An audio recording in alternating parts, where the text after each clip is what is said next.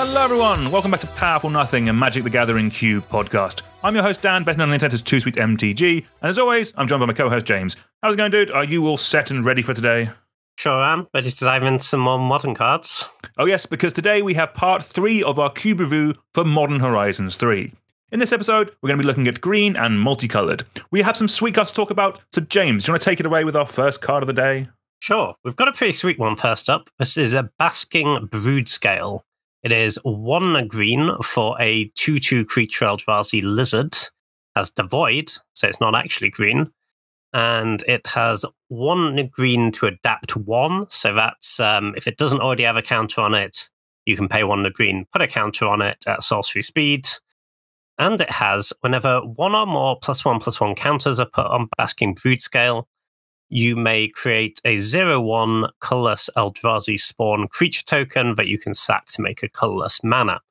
So this could certainly pump out some tokens in a cap +1/+1 counters deck, and that would be fine. But the real thing I think going on with this is a combo card.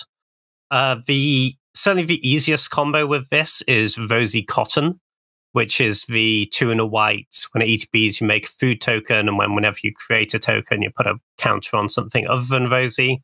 So you're going to create a token with Rosy, put a counter on this. That creates an Eldrazi spawn token. That triggers Rosy again, puts another counter on this. And you end up with a infinitely large Basking Broodscale and as many 0/1 Eldrazi Scions as you want. So it doesn't win the game on the spot, but it is, infinite bodies, 1 infinitely large creature, and infinite colorless mana. You can probably piece together a win from there. Even if it's not that turn, you'll have a very commanding board state. And Rosy is already a pretty legitimate combo card to put in your cube, because it basically does the same thing with Scurry Oak, which is the 3 mana evolve creature, which similarly, when you put counters on it, it's going to make tokens. So that kind of seems like a nice little combo package there. This is a better enabler than Scurry Oak as well, just because it costs 2 mana. It does have a downside, obviously, if you're creating 0/1s, where Scurry Oak creates 1/1, so you're a little bit more vulnerable to them just untapping and killing this. But 2 mana is a really big deal. But certainly, I think if you want one, you want both. You want this whole package. Ideally, I think it would be nice to find something other than Rosy to combo with these things, because otherwise you're in the spot where if Rosy isn't opened, then Scurry Oak and the Broodscale are both kind of dead cards. So theoretically, you could put them in a fair deck. They're pretty underwhelming there. But there are a few other options that kind of do the Rosy thing, but less efficiently. I think Cathar's Crusade is probably the best one. That's 3 white for an enchantment with whenever a creature enters the battlefield under your control, put a +1/+1 counter on each creature you control. Which will then generate you as infinitely large Scion tokens, which is obviously a pretty big upgrade over the combo with Rosy. But again, 5 mana is a really big deal. But Cathar's Crusade is also it's not a good fair card. You wouldn't put it in your deck anyway. It'd be a little bit win more, but it will give you a lot of value if you just have a lot of creatures in your deck when you don't draw your combo pieces.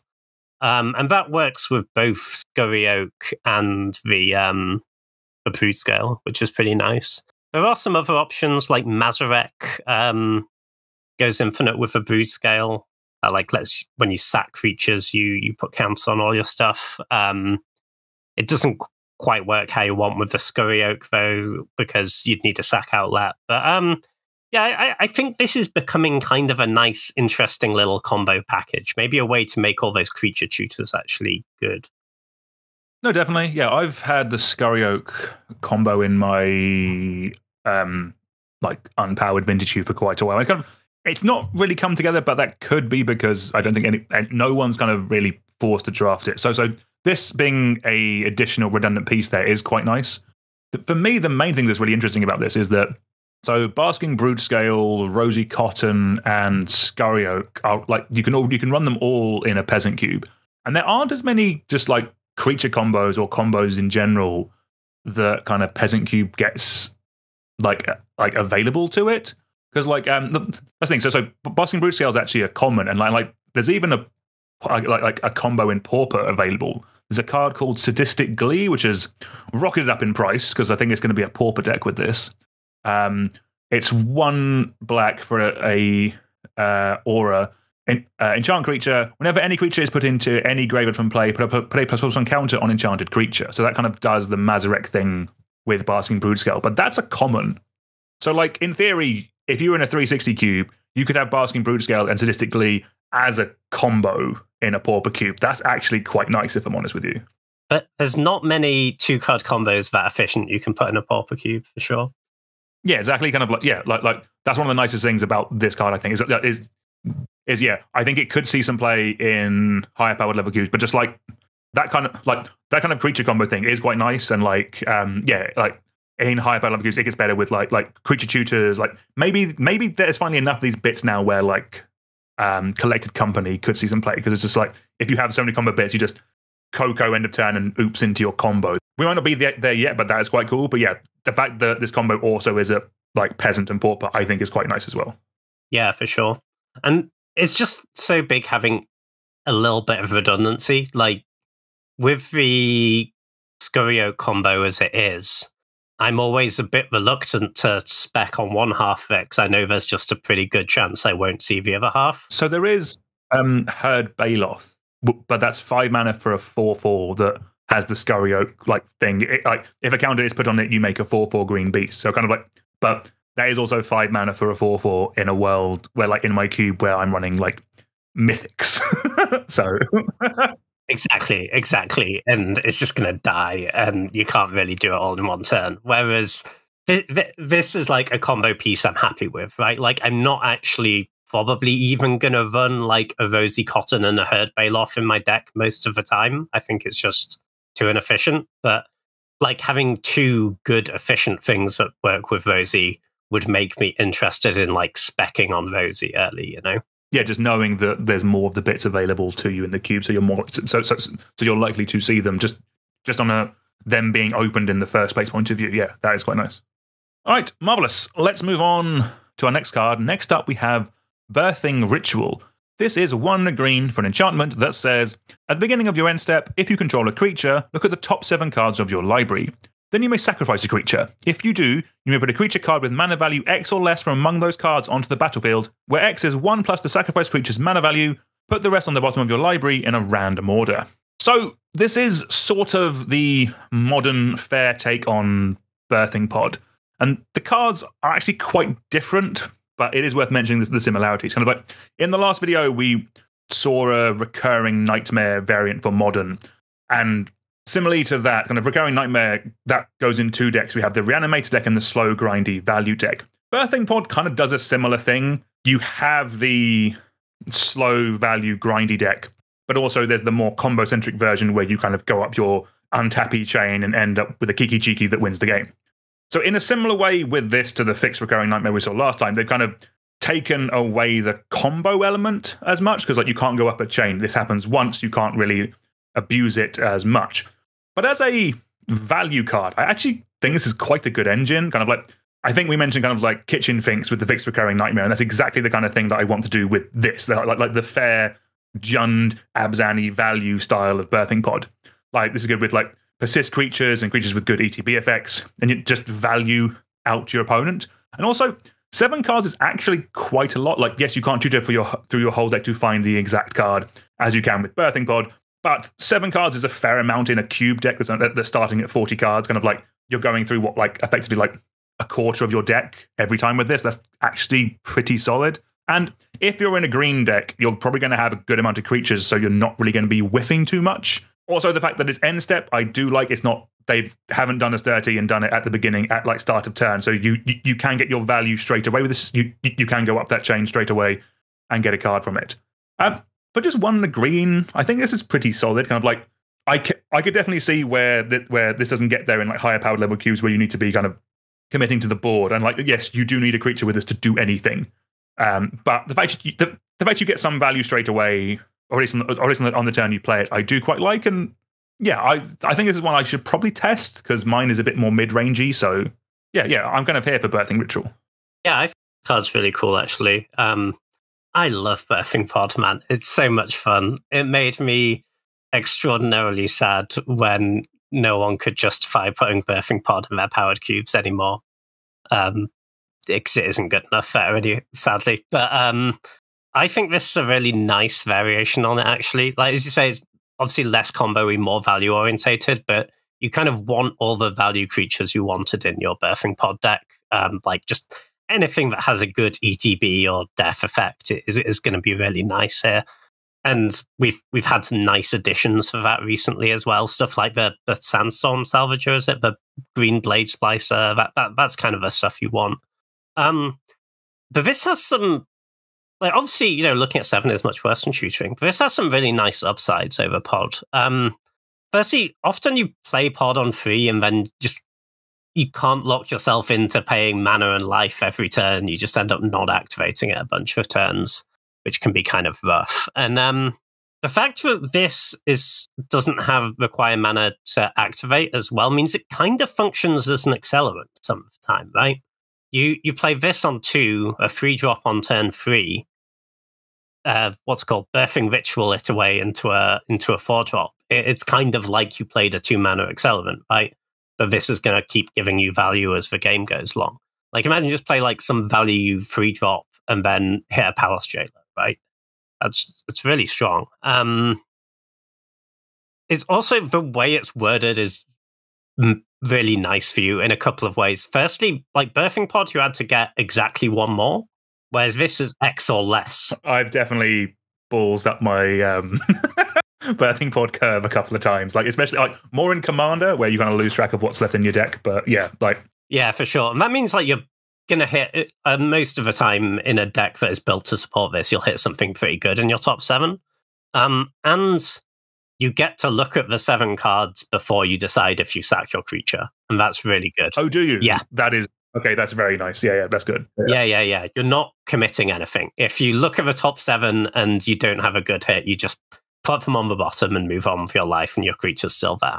And it means that you don't have, like, it means that you can more realistically get value from sacrificing something that you didn't really want to sacrifice, if you know what I mean. Like, say you play this into, I don't know, Adeline in your green-white deck, right?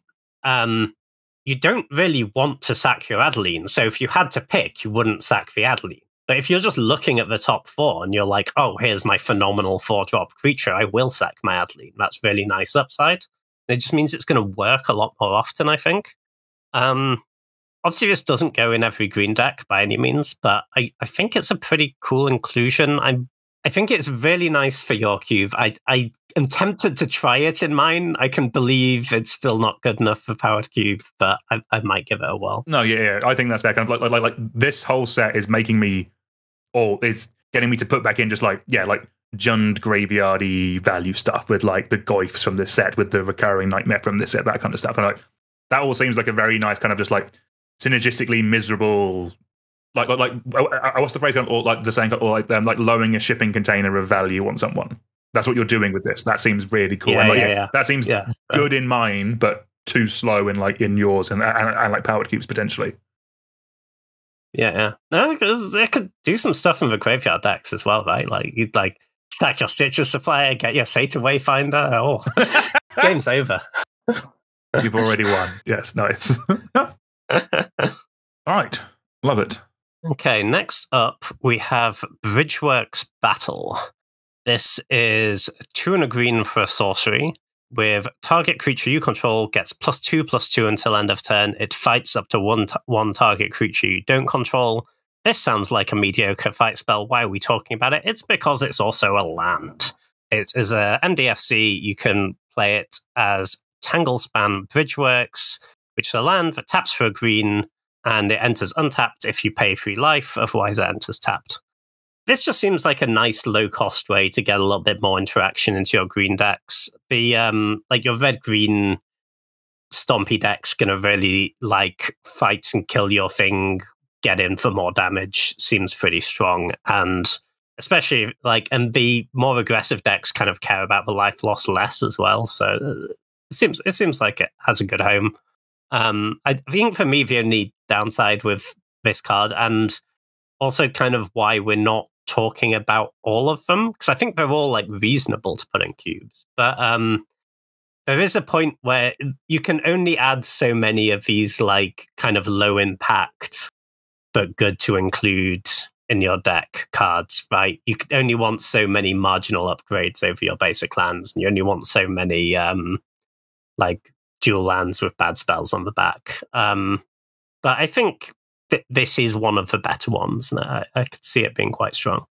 No, definitely, yeah. The fact that basically when this is in you, when it's in your pool, it's free to run because it is a land that will, if you need it, it will cast your Llanowar Elves on turn 1 or later in the game. It will let your questing beast punch something in the face.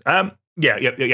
I think you hit the nail on the head entirely of just like slots for this fitting into a cube, because like I definitely kind of, when MDFCs first came out, I think I was running something like 5 lands in each color on top of all my guild lands and multicolor lands in general, and like it just meant that kind of like even at 540, I was a bit, I'm not gonna say short on spots for actual magic for like spells and stuff, but kind of like it did kind of like, it definitely slowed it down again. I think kind of like these are better again, kind of like in more mid-rangey type of things, like where you could have this, or where this could come into play tapped and it wouldn't really affect you that much. Kind of like you could play this on turn 1 or something like that, and not like if you didn't have a play. Whereas in more high power level cubes, you're hoping to do something on turn 1 or 2, that kind of thing.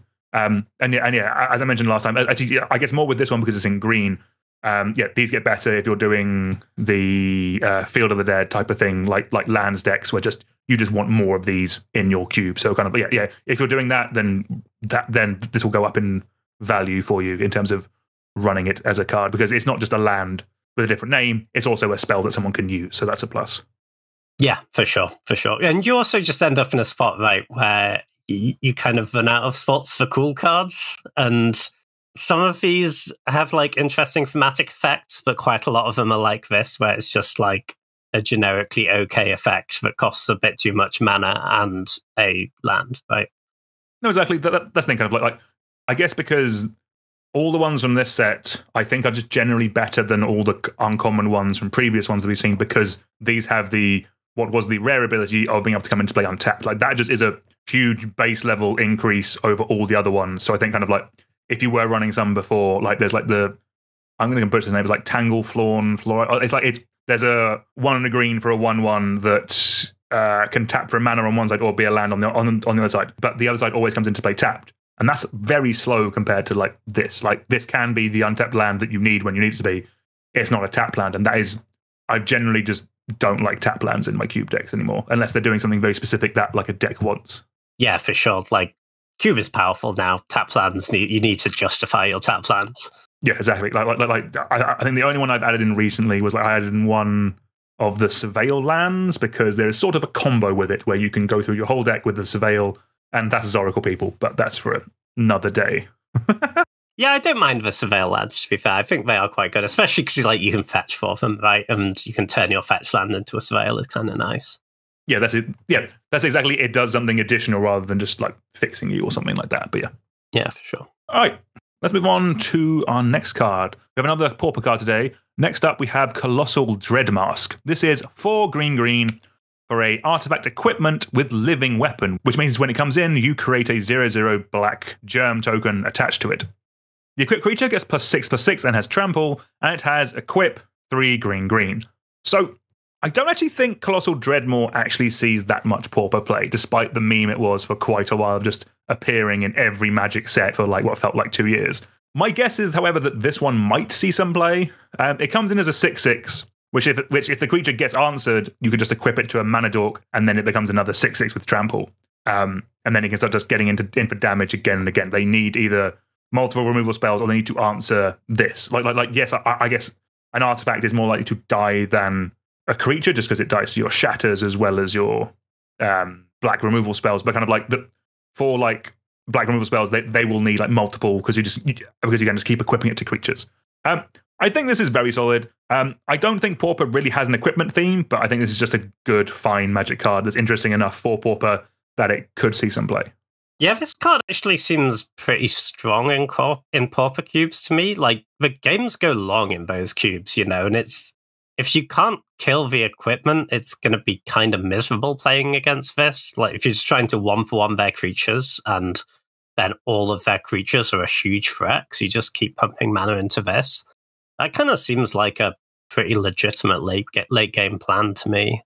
And it's not, I mean, it's, you know, obviously you probably wouldn't put Colossal Dreadmore on those cubes, but it's not like it's an embarrassing creature up front, right? 6 mana, 6/6 trample, and then you just keep getting to pay 5 and basically make another Colossal Dreadmore. I don't know, it seems really strong to me. But I think not for much outside of Pauper. But yeah, it seems like a really nice addition for Pauper. No, definitely. Yeah. All right. They're trying to push mono green again, James, do you think? Do you want to take it away with our next card? Yeah, next up we have Aladamri Corvecdal. This is 1 green for a 3/3 legendary creature elf warrior. You may look at the top card of your library at any time. You may cast creature spells from the top of your library.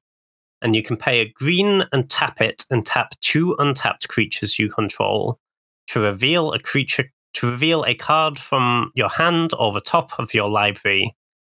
If you reveal a creature card this way, put it onto the battlefield. Activate only during your turn. Certainly isn't a weak card.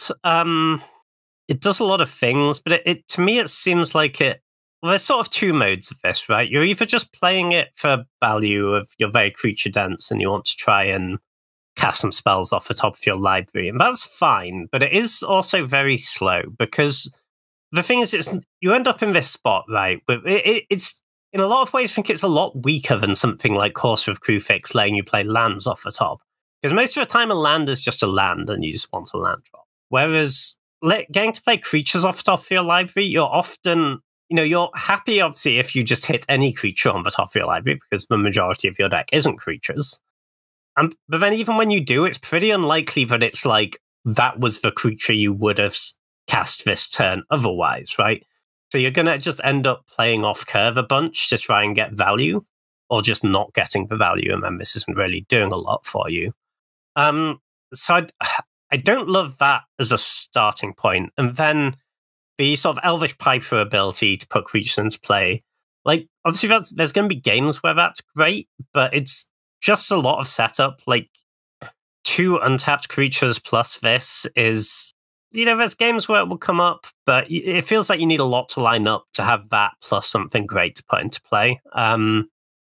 Yeah, so I mean, it does a lot of things. It's certainly not a weak card to include, but I would steer away from it in more powerful cubes, I think. So I think I'm a little bit higher on this than you, but I love running like future sight cards whenever I can. Just like, there is something of just being able to look at the top card at the top card of the library whenever you want. Like, that is a powerful effect. Obviously, it gets better with things like fetch land, so you can and other ways of manipulating the top of your library. And also, like, personally, I kind of like the fact that that this turns something like a vampiric tutor into like a second copy of Natural Order in your deck, because like, if you can put something on top of your library from your deck, like a tutor, you can cheat it into play with this. And like, yeah, I do agree that kind of like this does have this could just be quite slow or something like that. But like, if I'm honest with you, I'm almost not viewing this as like a green card. Like maybe this is just a Selesnya like token matters card, where kind of like this just puts in where kind of like the lower part of your curve is mana dorks and token makers, and then you have like creatures that overrun at the top end, basically, and then maybe that's how you're winning. Kind of like, but basically in this deck, I'm viewing it the kind of like your curve is 1-drops and 8-drops and nothing in between apart from this. Yeah. No, I get that, but then it's also like, what's the rest of your deck doing, you know? Ramping to your 8-drops, James. Sure. There are... So I guess I would prefer to run... I could see running both of these if you want to try and push this a little package. But a card like Monster Manual, I think, sort of does that job a bit better, of being like a green thing that lets you cheat stuff into play, just because it finds you the thing as well, and it doesn't die to their lightning bolt, you know? This can also attack though, but yeah, I think I do. Yeah, I think I do actually like Monster Manual more than this because you are more likely to get it's more likely to do the bigger broken thing than this, and I guess the fairer version of this isn't phenomenal because this could just be a 3-mana 4/4 at this point quite easily. So yeah. I mean, certainly there would be a bunch of decks where this is much better than Monster Manual because it's a much better fair card. But I mean, like, if you're committing to trying to do the unfair thing, then I think there are better ways to do it. All right, let's move on to our next card. Next up, we have Fanatic of Ronus. This is 1 and a green for a 1/4 creature snake druid. It has tap to add a green, and Ferocious, tap to add 4 green, activate only if you control the creature with power 4 or greater. It also has Eternalize for 2 green, which, as a reminder, is you can pay that, exile this card from your graveyard, and create a token copy of it, except it's a 4/4 and a black zombie as well, and you can Eternalize only as a sorcery. So I think this is all right. It's a lot of toughness for just 2 mana. There's kind of 2 decks I could see this in. Firstly, the deck this could go into is just like a solid Gruul Monsters deck. That will have plenty of 4/4s to make this start tapping for 4 mana. And then you also have kind of the self-mill graveyard deck where you have things like Tarmogoyf or Nethergoyf that could easily get to 4 power and start turning this on to make you a bucket load of mana. And then if it is in that self-mill deck, it also can become a threat because you can Eternalize it back as a 4/4. But actually, at that point, yes, you can then be ramping with it, but really you're playing it in that deck. It's kind of like early game, it's a mana dork. Late game, when you've milled it, it's a threat. So that's all right. I think if you have both of those in your group, if you have Gruul Monsters and a self-mill deck, then that's when I would start considering this. If not, the issues is that there's a lot of other 2-drop mana dorks in there that make either more than 1 mana consistently or make you mana of any color. But yeah, if you have Gruul Monsters or self-mill, then I would consider this personally. Yeah, I think I'm maybe even a little bit higher on it than you. Yeah, I think the toughness is a really big deal. Like, your dorks not dying to their red removal spells is a really big deal. And I think that's why a lot of cubes still run stuff like Wall of Roots. And this seems a hell of a lot better than Wall of Roots to me. For a couple of reasons. Firstly, there is you're going to have draws where this feels kind of absurd, right? Like, you go this onto one of the infinite 4-mana 4/4s available to you in green on 3, and then you have 8 mana on turn 4. Like, I get that green isn't all about the 8 drops anymore, but even if you're just playing like a 5-drop and a 3-dropper, you're just multi-spelling, right? That seems really strong. Well, actually, to be honest with you, we're at a point where there's plenty of 4-power 3/3. So you could play this onto play like Bloated Contaminator or Simium Simulacrum on turn 3, and also then tap this to cast Questing Beast. Oh, that seems really good. Yeah. That seems great. And then on top of that, you just have the Eternalize. Like, if they do like Fatal Push it or whatever, it comes back and it's bigger and it taps for 4 mana by itself.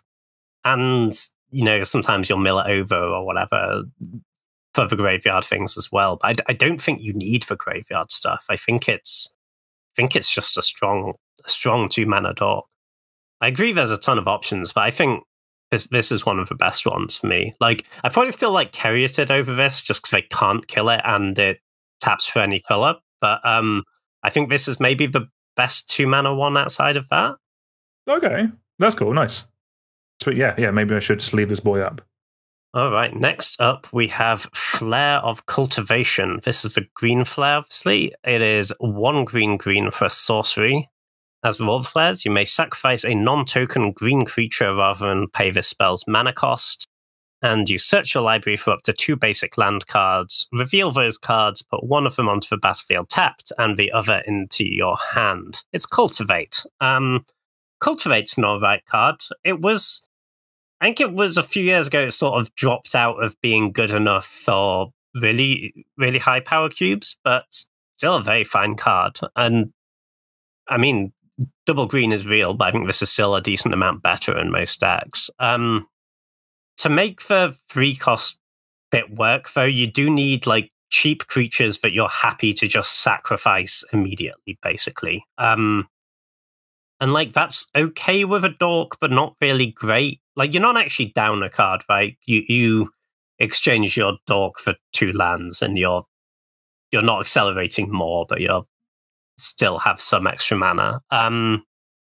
But it's great if you have stuff like, Satyr Wayfinder or Elvish Visionary, any of that sort of stuff where you're just happy to play it, get value immediately and sacrifice. But they do need to be cheap, because Cultivate, enabling, I got to cast my Cultivate for free on turn 4, that's not good enough. That doesn't really do a ton for you. You need those cheap value creatures for this to really work, I think. No, I'd agree with that. I think part of my issue is I don't have any cheap value creatures in my cube anymore. I could see Satyr Wayfinder coming back when I do more of the graveyard stuff. I was just going through, and the first creature I'm fine sacking is Eternal Witness. Yeah, and it's not that good on turn 3. No, exactly. So I think for that reason you do kind of need to build around. I think I am sacking. I think I'm fine sacking a mana dork, but I'm only actually happy if I have used the mana dork that turn. But then the land is tapped, right? So it's not like you're really. Honestly, if I had this and a dork in my opening hand, I think the play is just to play the dork, sack the dork, cultivate on turn 1, because it's like I'm doing that anyway, and my land, they can't kill my land, right? No, I think that's fair. I think it's fair, and that's kind of like. Cubes, I think, generally do have room for 1 or 2 bits of non-dork based ramp. I think it is good to have a bit of diversification in there, just so they don't all die to a board wipe. In mine, I run Wild Growth because it's effectively a 1 mana dork, but you put it on a land. And I also run Into the North, which is kind of like Rampant Growth, but for snowlands, because it gets the snowlands I run in my cube, and also Dark Depths, which I think is quite cool. But if I wasn't running the snow stuff, then I could see myself cutting one of those for this. But it is also what creature that doesn't tap for mana have you ever played on turn 1 in green? Hex Drinker. Okay, yeah. Hex Drinker's something. Sylvan Safekeeper I have in my cube. Okay, sure. Ooh, how about this for a curve, right? Turn 1 Arboreal Grazer, play my second land. Love it, there we go. Attack my Arboreal Grazer, cultivate. That's a lot of lands. But yeah, I do think you need to be specific, kind of supporting this. I don't think it's just a card that you slot into any cube. No, I think that's fair, but I think kind of what I was saying with kind of the cutting cards that I already have. It's this is an effect that cubes actually want. Kind of unlike the white and the red one. This is an effect I think cubes already want and could find space for, and it's easier to find space to test this. Kind of similar to the black one and the blue one. There's conversations on power level and how open they are to be cast, but you want those effects. You want a counter spell and you want a removal spell. Cubes want ramp spells. They don't really want forks or mass protection spells. So kind of for that reason, I think this will be tested a fair bit. And yeah, I think we'll kind of see how it goes, but I think that half the time this will play out completely fair and will just be fine, but sometimes it will lead to some very stupid turns, 2 basically. It is nice that it's just not a bad card to cast for 3 mana, right? I do think double green matters on Cultivate quite a bit, because generally Cultivate, a lot of what you're there for is for fixing, right? Cultivate isn't really the card you want in your mono green deck to accelerate you. It is fixing all your colors, and you're probably playing a lot of colors. And having to have that double green kind of restricts for where you can build your mana base a little bit. If someone made an argument to me that they thought that Cultivate was better than this card in their cube, I wouldn't think they were being stupid. Right, next up we have Grist Voracious Lava. Another wall of text here. It is a single green for a legendary creature insect. It is a 1/2 with Death Touch. When Grist Voracious Lava or another creature enters the battlefield under your control, if it entered from your graveyard or you cast it from your graveyard, you may pay a green. If you do, exile Grist, then return it to the battlefield transformed under its owner's control. It transforms into Grist the Plague Swarm. It is a legendary planeswalker Grist that comes in with 3 starting loyalty. Has a +1 of create a 1/1 black and green insect creature token, then mill 2 cards. Put a Death Touch counter on the token if a black card was milled this way. There's a -2 of destroy target artifact or enchantment, and then a -6 of for each creature card in your graveyard, create a token that's a copy of it, except it's a 1/1 black and green insect. So, with the rest of these planeswalkers that we've seen in this set, I'm basically going along with the line that if the front side is okay, then it can get in. For me, the front side of this grist is solid, but not that impactful. Like, sure, it's a roadblock, but it's not really what you want from a green 1-drop. Like, green isn't really the control color in Cube, and that's kind of where the front wants to go. The flip clause on this isn't easy. It does like you need other cards. It needs help. It needs the card Unearth or creatures with Unearth or Escape, and you need to be running those on top of your Reanimate. And like, you're not running this in Reanimator. Like, you're not like, ooh, Grizzlebrand, my grist flips. Like, you're not excited about that part. Like, this isn't a Reanimated card. It's kind of a graveyardy value card. And like, for those reasons, I think this might just be the hardest to actually flip. As unlike the rest of the cards that we've seen, it needs specific cards to support it rather than just kind of like cards that rather than just like things that are already in your cube. Like the red one is just like cast some spells. You can do that. Like the blue one is draw some cards. Like this is, you need to put a specific Reanimator thing in your kind of environment, and that's a bit trickier. And then when you get to the backside, my issue with that is it's not as good as like the original grist. Like, this is a 1-drop. Grist is a 3-drop, but I think in every situation I would rather just pay 2 more mana and have the original grist available to me rather than have this. And maybe I shouldn't be comparing them so literally to each other, because this is in theory a 1-drop creature, grist is a 3-drop planeswalker, but I don't know, they have the same name, so I am drawn to just comparing the two of them basically. Yeah, I kind of have no interest in this card in the majority of cubes, but it is a build around for like the same stuff as we've said a bunch of the black cards will build around, which is the like green-black Vengevines, Icarid, all that good stuff.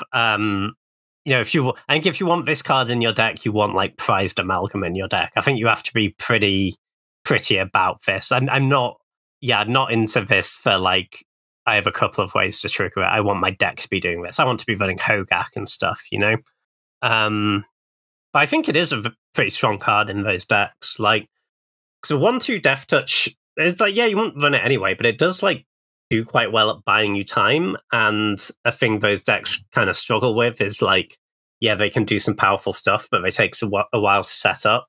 And this is both a payoff for when you get to do your powerful stuff and a thing that buys you time to get there. And like the backside is, I mean, it's not great. It's not bad. It's a disenchant that can also like plus to make a blocker that sometimes has Death Touch. If you get the Death Touch is a pretty real thing, and the ultimate's pretty cool if you ever get to that. Not one for the majority of cubes, but I think could do some cool stuff in the right environment. Yeah, that's the thing. I like with all of these 1 and 2 mana planeswalkers they've given us. I kind of like, I don't know. I think I need to play them. I'm kind of going around in circles a bit in my head with these. Yeah. I think this is certainly like low on the power rankings. I like a Johnny a lot. I like Tamio quite a bit. I think there's a kind of a gap after that. But I think this is one for quite specific cubes, but could be pretty cool. Yep, fair. All right, next up we have Primal Prayers. This is 2 green for an enchantment. When Primal Prayers enters the battlefield, you get 2 energy. You may cast creature spells with mana value 3 or less by paying an energy rather than paying their mana costs. If you cast a spell this way, you may cast it as though it had flash. So this is kind of an homage back to Aluren, which is a very powerful combo card, but not one that's really found a home in a ton of cubes, I think.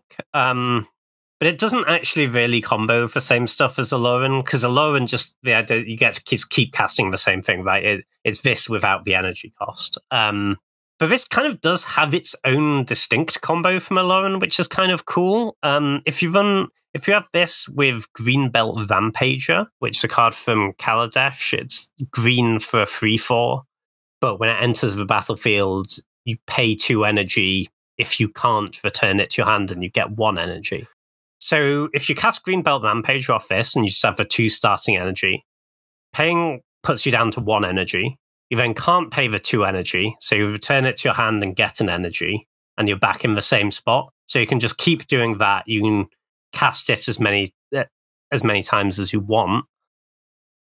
Doesn't inherently do anything, but it does give you infinite enters the battlefield triggers. If you have anything else that triggers off that, you're going infinite. It gives you infinite storm count is a thing you could look at doing something with. It's, it needs some support, but it's a bit janky, but it's certainly like something you could look into if your cube is leading into the janky combos. If you want to go really janky, if you're already running Alluran combos and you want some redundancy in that, you can play Guide of Souls, which is a card we talked about in the first part of the set review, where when a creature ETBs, you get an energy. That with this turns it into a proper Alluran, because it gives you the energy back right away, and then you can kill them with something like Asarak to just like get infinite ventures into the dungeon or whatnot. Yeah, that one you just keep going through. Like it bounces back to your hand unless you go through a specific dungeon, but you just go through the other dungeon that's like at some point you ping your opponent for one. You just keep going through that infinitely, isn't it, or something like that? Exactly. Yeah, you keep going through. For one that doesn't name one of the modes is like drain you for one. Yeah. It actually has some other combos outside of Alone, so maybe this could be a whole little package. There's briefly a very bad Pioneer deck with Gwenna where you could keep casting it for free. I tried to play it on Magic Online. It was completely impossible because too much clicking. You need like 5 clicks to get one venture into the dungeon. And for every like 6 ventures, you got to ping them for one. It was completely untenable to actually kill someone who didn't concede. Nice. But it was kind of cool. So yeah, maybe some cool janky free card combos to be had with this. No, yeah, I think you've very much nailed it. Kind of like this is a combo card. Like there is not a world where I'm using this to put in like 2-3 drops and I'm happy with that. Like you need to be doing something combo with it. And like the other part as well. So it does differ from Alluran in like 2 specific ways. One, Alluran is symmetrical. It is an old card. Both players can do it. And 2, Alluran's like 40 quid. So that is the other. If you want to try this effect in like maybe there is a world where kind of like in lower powered level if this is cheap in like more budget cubes, put it in because it is like a cool effect that you won't get that much. Specifically this, like if you have this in Guide to Souls, treat it like a cool little 2-card combo that lets you jam out a couple of 3 CMC creatures throughout the game. Like that will be fun. It is a cool thing to do. Hopefully this one isn't super expensive. Like I guess we'll kind of see how good it is. If this card is cheap, then it's one for budget cube. If it's expensive, it's because someone's broken it. Yeah, for sure. I mean, Modern Horizons cards are in general expensive, but I can't imagine that this is the chase rare that everyone's after. So yeah, it might be okay. Nice. Yeah, I've stopped looking at pre-order prices because they're all just over 10 quid. The cheapest I've seen is like a tenner for any rare, and it's like I can't be bothered with that. I'm not pre-ordering anything. Oh yeah, for sure. Like wait a month or 2. All right, moving on to our next rare. Next up, we have 6. It is 2 and a green for a 2/4 legendary creature Treefolk with Reach. It has, whenever it attacks, mill 3 cards. You may put a land card from among them into your hand, and then as long as it's your turn, non-land permanent cards in your graveyard have Retrace. I'm going to read the reminder for that because I don't think a lot of people will have played with Retrace. Retrace is, you may cast permanent cards from your graveyard by discarding a land card in addition to paying their other costs. So this is kind of an interesting card. It's a nice bit of land recursion. In that aspect, it's not as good as I think like original Ren and 6 or Remnant Excavator, as those do them by themselves. They don't need to get into combat. This is still going to be solid with like a fetch land or especially like a strip mine. And then the ability to give non-land permanents in your graveyard with Trace, combined with the mill, is also quite cool. Like, similarly to the land ability not being as good as Remnant Excavator, the second ability is kind of like a not as good Eternal Witness. Like, you can still get it back, but you have to cast it and pitch a land. But kind of the fact you get kind of both of those parts, you kind of get 3/4 of a Remnant Excavator and 3/4 of an Eternal Witness duct taped to one card that is a perfectly fine body. Means I think this is probably going to be quite good. My main issue, if I'm honest with this card, though, is that it is another Lands Matters card at 3 mana. And it's very frustrating because they all bloody cost 3. Drydalis in Groves, Courser of Crufix, Remnant Excavator, Tireless Tracker are all 3 mana, and I'm not like that. And like Azusa, and like there's some Planeswalkers as well, like Crucible of Worlds. They're all at 3, and kind of it's such a competitive slot. I kind of want some variety, and kind of like it really limits you to how many you can play. Kind of like I actually, my cube has 13 3 green drops. And I know I need to desperately cut at least 3 of those to make the curve anywhere near normal. And it's kind of because there's all of these bloody cards, James, that are good for a lands deck and 3 mana. What am I meant to do with it? Yeah, that's fair. I don't think you have to be very about the lands thing for this card to be good. I agree it could be very good in a lands deck, but I think it can be alright in some other decks as well. Like, 2/4 Reach is a pretty solid body to start off with. Doesn't die to bolt, like, blocks all their annoying Malcolms and Thieving Skydivers and all of that. And you do get a lot of value when you attack with this, because like the mill means it kind of enables itself, right? You didn't really need to have a fetch land. You're probably milling over a card, and then you're just fueling yourself to for options to retrace with.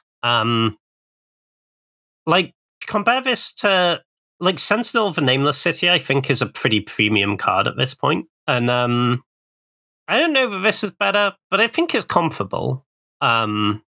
Like, the vigilance does really matter on that card, but you're getting like more value off an attack with this than you do off like a map token, right? And I could just see games where you get in one attack with this, get your land back, you get your land drop, and then you maybe even retrace like, I don't know, a Chupacabra that you milled over, or like retracing Solitude actually seems kind of sick. Like any of the free spells. Or again, we're going to say Grief again, aren't we, James? Yeah, for Nice. sure. Yeah. No, I think this card could be pretty strong, and it's great with the original Renin 6, right? Because that just gives you more lands to retrace with. I don't know. I kind of like this one. And like later in the game, when you draw this, like play this, discard land you didn't need, immediately play another 2 or 3 mana permanent out of your graveyard seems kind of good. And maybe it's strong in the graveyard deck as well, right? Just getting you, milling you, and then it enables all the when a creature leaves the graveyard stuff, like you are casting the creatures from the graveyard. You can maybe do something with that. I guess that kind of like the retrace part isn't linked to the attack. You can just do it at any point, which is nice. Like you're not timing restricted by that. This could just sit into play, and actually, yeah, I guess there is a world where kind of like you just, with this in play, it just turns your top deck lands late game into good spells that have died earlier in the game. Like that's actually probably quite good, actually. Yeah, exactly. It would be, I think, really, really strong if it wasn't restricted to permanent cards, because then you could just like discard 2 lands and Swords to Plowshares for 2 creatures. But I think it is. It's still pretty strong. No, nice, love it. Next up, we have Sowing Mycospawn. This is 3 and a green for a 3/3 creature Eldrazi fungus with Devoid. It has Kicker for 1 and a colorless. When you cast this spell, you search your library for a land card, put it onto the battlefield, untapped, and then shuffle. And when you cast this spell, if it was kicked, you exile target land. You need some powerful lands to get with this. I'm not very interested in just like, oh, I went and got my Triumph or whatever. But like this fetching a Guy's Cradle seems pretty great. Like, if you have 3 creatures in play when you cast this, getting the Cradle is free, right? Because the land is untapped. And you could go and get your Tolarian Academy, you could go and get your Strip Mine to set up the Strip Mine stuff. It even gives you a Strip Mine on the way in if you can pay the kicker cost. It also sets up your Dark Depths Thespian stage combos. I don't know. I think there's maybe something to this card. It's a bit better if you can make colorless mana, but I don't think it's essential to make the card work. I'd consider it more compared to something like Golos. Like, you don't get the big late game value engine, but it's cheaper and the land is untapped. Like, the decks where you like play Golos to set up your Strip Mine or your depth stuff, I think this kind of does a better job of doing that bit of what Golos does. Yeah, that's fair. If I'm honest with you, I wasn't super high on this until you said Golos, and I'll be honest with you, like I think Golos has definitely struggled the last couple of years since people have started drafting their lands more. Like, the Wooburg part of Golos is not as free, or it's definitely harder than I think it used to be. And yeah, just this getting the best land in your deck for that at that point, yeah, you very much nailed it. You don't want to be getting like a basic or a dual or even a trying with this, as you said, you want to be getting a very powerful. You're going to be getting like a glacial chasm or something cool and busted that you can do and kind of take over the game with. That's kind of what you want to be doing with this. And kind of I'm glad you added this to the list because like you don't get to see exile target land that often, do you? Yeah, that is a very unique effect, and kind of like one of the things with the lands deck is that it is quite like it will run cards like Roundup Excavator so we can get them back. So kind of like if you're like this against the lands deck can be a very good solid answer. Kind of like I think that part is more sideboardy. You are more here for the searching, which means kind of like it's going to go in the lands deck, but if it ends up in the sideboard of someone against it, then it will be solid as well. So, all right, next up we have Springheart Nantuko. It is a 1 green for a 1/1 enchantment creature insect monk. It has Bestow for 1 green. Enchanted creature gets +1/+1, and it has Landfall. Whenever a land enters the battlefield under your control, you may pay 1 and a green. A Springheart Nantuko is attached to a creature you control. If you do, create a token that's a copy of that creature. If you didn't, create a token this way, create a 1/1 green insect creature token instead. So this is another interesting card. If it's not attached, effectively the shorthand is that it's Landfall, make a 1/1, which is fine. Like some decks will want that, but that's not super exciting. It is a fine backup level. That's more kind of if it falls off the creature. If the creature this was bestowed onto gets killed, you will still get the ability to make 1/1s. That's kind of cool. The main reason we're here is because if it's bestowed, it's basically a repeatable green clone effect, which is not something that green ever really gets. Stick this on an undercosted beta like a bloated contaminator and just pop out 4/4s every turn. Like that's pretty good, and especially as this is very unique. I think it's cool. I'm not entirely sure what deck it goes into though, but this could just be a card where it doesn't need a deck. It's just a generically good and powerful card, and it's something like a Phantasmal Image. You just run it in a deck where you have good creatures because it makes more good creatures. Like, yeah, definitely a cool card, and yeah, very unique, I think. Yeah, no, I quite like this. I think I'm a little bit higher on the play it on turn 2 and make some 1-drops bit, make some 1/1s bit. Like if I have, just talked about the last card. If I have Gaia's Cradle in my deck, I'm kind of in for this card, I think. Because at that point, you're just every land drop makes a 1/1 and powers up your Cradle. That seems really nice. The 1/1s also just keep you alive really well. So I think I'm not unhappy about paying it on turn 2. But then, yeah, obviously, if you draw it later, you're just going to stick it on the scariest creature you have and start making a bunch of copies of it. Do be careful about it. There's a decent chunk of good green legendary creatures, and obviously it doesn't work there quite how you want. Like you'll make a copy, but the copy will die. But I think overall, I'm kind of in this card. I think this might be a 2-drop you can put in a land stack. My God, we've done it, James. Nice. Yeah. Next up, we have Wumpus Aberration. This is a 3 and a green for a 6/6 creature Eldrazi beast with the void. It has trample, so a bit of a beta, but when you cast this spell, if colorless wasn't spent to cast it, target opponent may put a creature card from their hand onto the battlefield. So this is very big. 4 mana 6/6 trample is no joke, but you absolutely need to be able to make colorless mana pretty early. You just, in most matchups, you can't responsibly cast this card without colorless mana until pretty late in the game. There's just too big of a risk that they, maybe they just like put in a Palace Jailer and this dies. Like I'm feeling dangerous, James. Yeah. But fair, yeah. Yeah, all right. Palace Jailer is like the actual answer for this, but yes, I would agree. But if you can, yeah, this is a pretty good beta. To me, it's kind of questionable if it's like enough better than the other green 4-drops beaters that you want to jump through hoops for it, I guess, like, if your cube already has the colorless theme going on, then I could see, like, going for this, like, more thematic option. You cut your Ulenwald Odyssey and you put this in instead, and maybe that's good. But I wouldn't be, like, going into the colorless stuff for this. I would only want this if a colorless mana was pretty free, I think. No, I think that's fair. I'm also, for me, I don't think this is one for higher powered cubes. Like, it could be cool if you were supporting it, like if you were supporting colors, it's kind of like a second like reality smasher or something like that, like a very good efficient piece. And I think this is more of a peasant card where kind of like the worst case scenario is they're putting in like a Palaka Worm or like horrendous for you. Yeah, but like you're probably in the deck with the Palaka Worm though, or the Ulamog's Crusher. Like, but it's like you spent a card and 4 mana.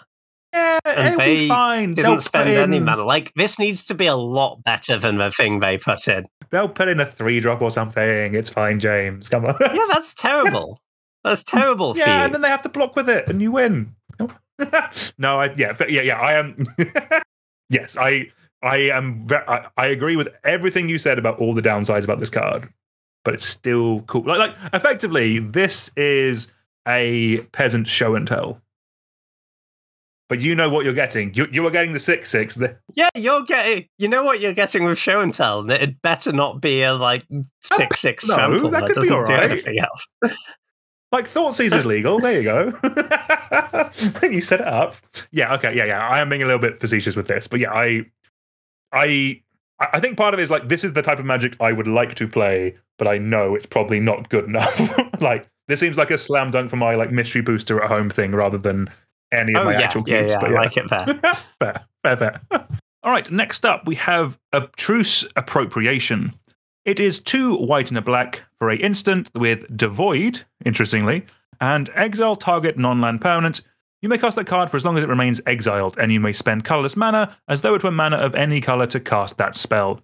So this is a powerful card. It kind of does 2 things. Firstly, it's a 4-mana exile non-land permanent effect.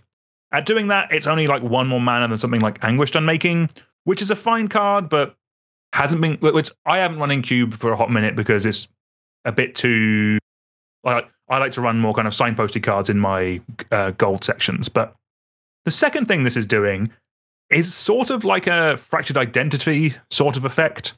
That's a 5 mana at sorcery speed to exile something, and then you get a copy of it. So this is a mana cheaper than that, but you do have to pay the mana to cast a spell. But you do actually get the card, not a token copy of it, which is interesting. Which I'm not sure is better because the opponent could bounce it back to the hand. But then there's probably other reasons why having the actual card is better. My gut is this is a very good card, but maybe not as good as Fractured Identity, just because Fractured Identity feels very broken when it lets you jump up on mana. When you exile like 9 or 10 drops, something they cheated into play, you just get a copy of it. You've undone all of their work because normally they've had to like reanimate something or use another card to get it into play. You're just undoing everything they've done with 1 mana. So on just raw power level, I think Fractured Identity might be, or definitely has a higher ceiling. But I think most of the time this will play out more just like a removal spell though, which is fine. And then like if you're answering their like 4 to 6 drop, then you just steal it later in the game when you have some mana, and that will be fine. But then if this is the answer that you have to their Grizzlebrand, fine, you don't get the Grizzlebrand, but you're kind of happy that you still got to answer their big game-winning threat. That probably makes it a more solid card, and it is one I'm more excited by than something like Anguished Unmaking or just like a general guild-coloured removal spell, because it does have the option to do something cool with it as well. Yeah, I think it's a decent chunk worse than Fractured Identity for sure, but I think the card is still pretty, like, a really pretty solid value card. Like, the way I'd view this is kind of like 2 white-black exile non-land permanent draw card, which I think is just like really good value. Because it's like you're drawing card, but the card you're drawing is fair permanent, right? Yeah, that's fair. You do have to do a little bit of work to get to it to be that, because it's, you know, if you're black-white and you exile their red thing, then you can't generically cast it. So, but if you can make colorless mana, or you can make the mana, then I think this is really good.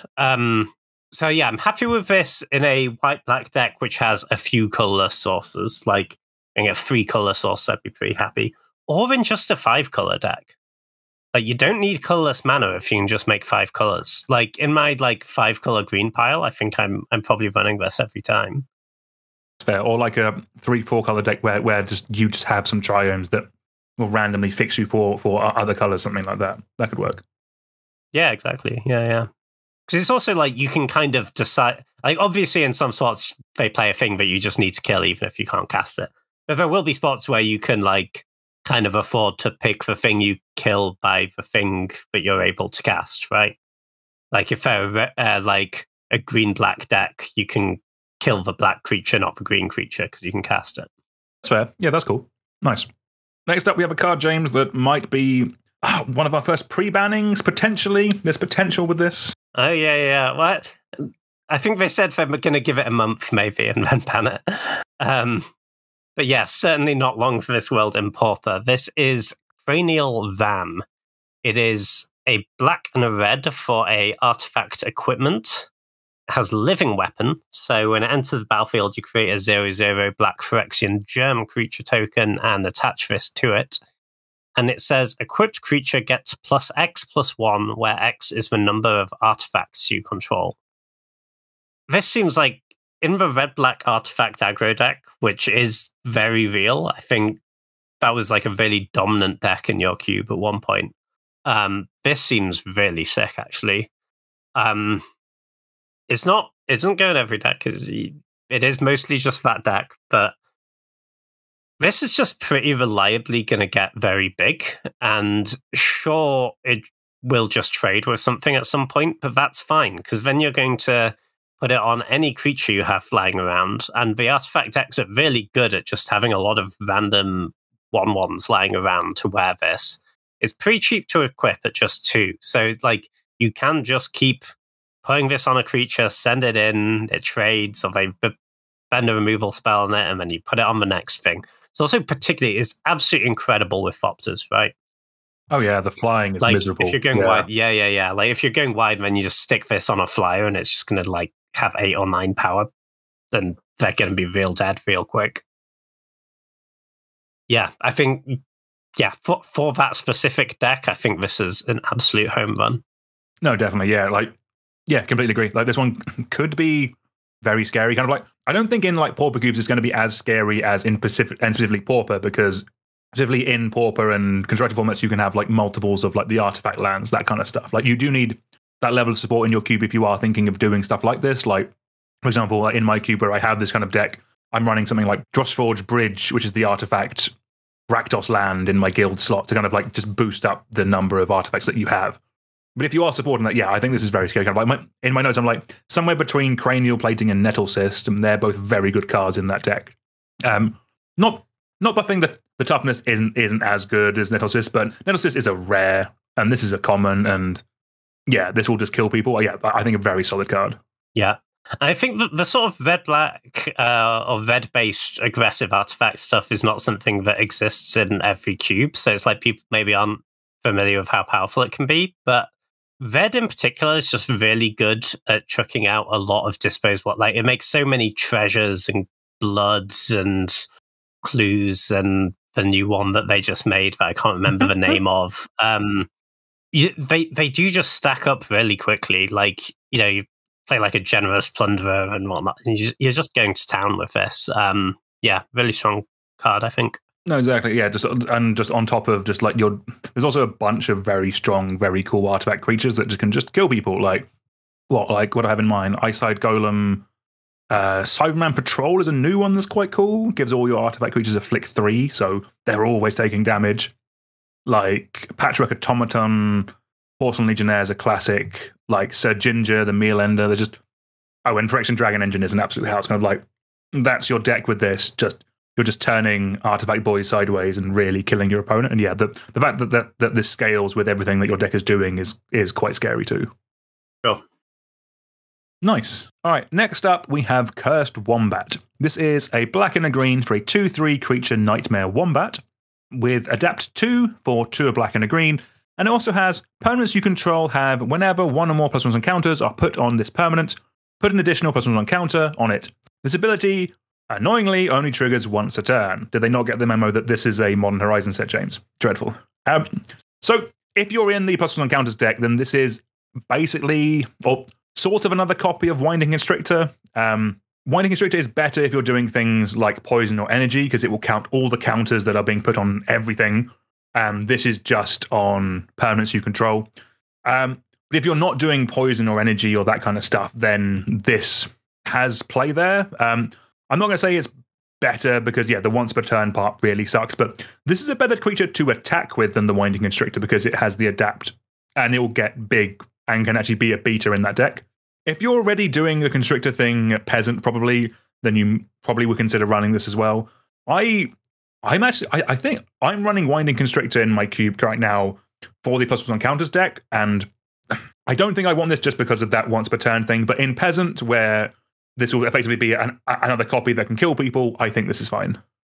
Yeah, I would agree with all of that. It's like a slightly better card on its own than Winding Constrictor because we adapt right, but if you're really doing the thing and going off, this doesn't go off as hard as Winding Constrictor. How many other Wombats have there been, James? Okay, wow. Okay, this is the third Wombat. Rabid Wombat, Surgeon General Commander, which is an uncard, so maybe that doesn't count. This is only our third Wombat. Okay. So Wombat Tribal is looking tough, is what you're saying. Well, one of the Surgeon General is a commander, so technically counts. Nice. All right, we have a good boy next, James. You want to take it away with the good boy? We sure do. Next up, we have Faithful Watchdog. He is so loyal, look at him. He is a green and a white for a 0/0 creature dog with vigilance. He is so watchful. And when Faithful Watchdog enters the battlefield, put 3+1/+1 counters on it. Yeah, this is sort of fine. It's a watch wolf. It's just got good stats. The vigilance is nice. But you probably just want this if you are doing a counters thing in green-white. This is just like another thing that comes with some counters, right, to enable your theme. For lower powered cubes, right? This is common. I could see it in Pauper or Peasant, but probably not much beyond that. Oh, 100%. So we've definitely spoken before about struggling for Selesnya cards in our cubes where we have rares, James. Pauper really has some issues. The only card I like is Travel Preparations. After that, it's a little bit bleak. I think this is a slam dunk for Pauper Cube. Solid amount of bound toughness. Better if you're doing the counter stuff, but just compared to most other Selesnya commons, I think this is probably the best one. Okay, that's fair. I hadn't considered the Selesnya struggles. Yeah, it's real, James. It's real. Yeah, for sure. All right. Next up, we have Genku Future Shaper.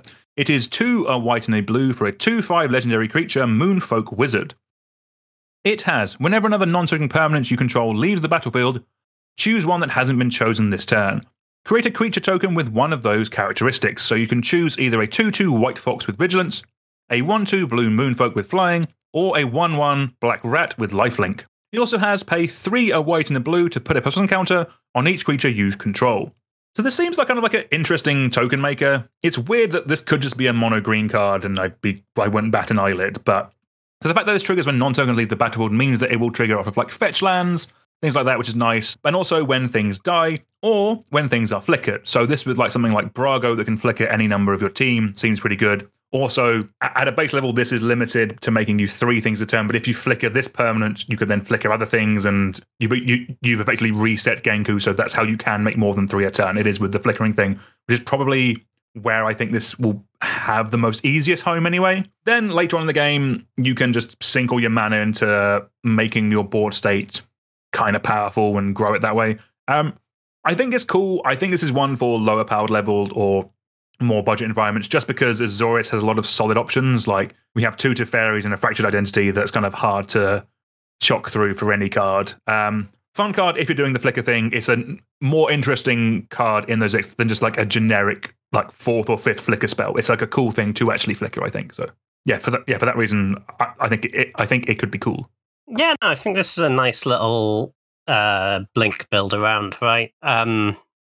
So not for, like powered cube or anything like that, but I think just one of those cubes where you're, really looking to lean into synergies more than raw power level. And like blue-white blink is like a relatively common archetype in those cubes, and this seems like a pretty interesting new addition. I hadn't actually considered flickering this to reset it. That's quite cool as well.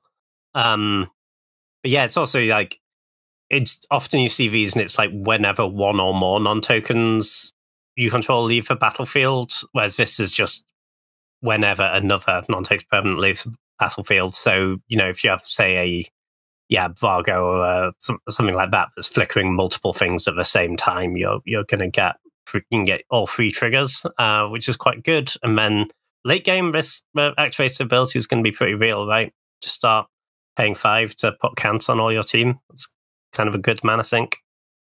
Have you seen the tokens for this, James? I have not. Jesus, they're adorable. That's another solid reason to put it in. Yeah, it's also a reason to watch the video version because they will be on screen right now. But yeah, they are. Yeah, look them up if you're listening to it online. They're look up Genku on Scryfall. They are adorable, especially the little fox friend. Love it. All right, next up we have Invert Polarity. This is blue, blue, red, so 3 mana for an instant. Choose target spell. Then flip a coin. If you win the flip, gain control of that spell and you may choose new targets for it. If you lose the flip, counter that spell. I think this card's really powerful, actually. This is going in my cube for sure, and I expect it to be pretty good. The flaws are cancel, broadly speaking. There are like niche times when it's worse, but basically the flaws are cancel, I think.